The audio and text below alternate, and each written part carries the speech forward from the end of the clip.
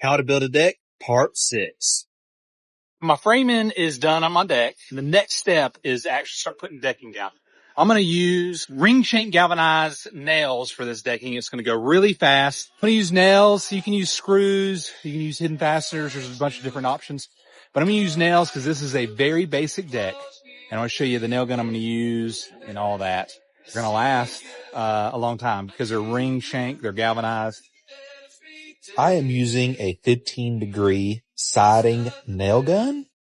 It almost looks like a roofing gun, but it's a siding gun. I use it for fences, siding, hardy boards. It's great to use on decks too. The nails I'm shooting are 2 3/4 inch long. And if you notice, I'm burying the nails a little bit. It just makes for a better feeling deck.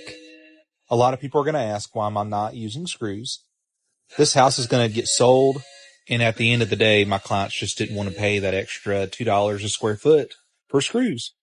Now I square up my decking. And if you notice, I'm just kind of measuring off the siding. We're at probably 3 1/4. I'll go down here to where my seam is. We're probably right there at 3 foot, 1/2 inch, 5/8, somewhere close in there. Not too bad. 3 3.5. So I probably won't mess with this. You know, if it was like an inch, I'll start gapping it a little bit. The best thing I could do is just try to get this in and get as tight as possible, but they're still all really tight through there. If you don't want seams like this, you can always put a breaker board in there, but this is just a super basic deck. This is the easiest, fastest way to do that. There's nothing wrong with that at all, but you just want to make sure you stagger your seams at least. Some people would actually, stagger it a little bit more, but this way is the way I can use 12-foot boards on both sides. Got just about all the deck nailed in. I'm going to cut that end off and I'm going to cut this end off. But I got this little rip piece, and this is the reason why you start from the outside and work your way in.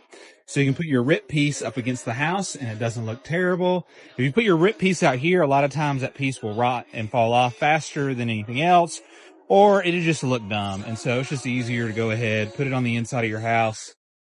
If you're not comfortable making a rip cut like this, you can always use a table saw. I just don't like carrying a table saw with me around on every job site. You can build just about anything with what I have on my belt and that skill saw right there. If I lost all my tools in a house fire tomorrow, a skill saw would be the first thing I bought again. On these cuts, no worries. Just take your time. Get it nice and straight.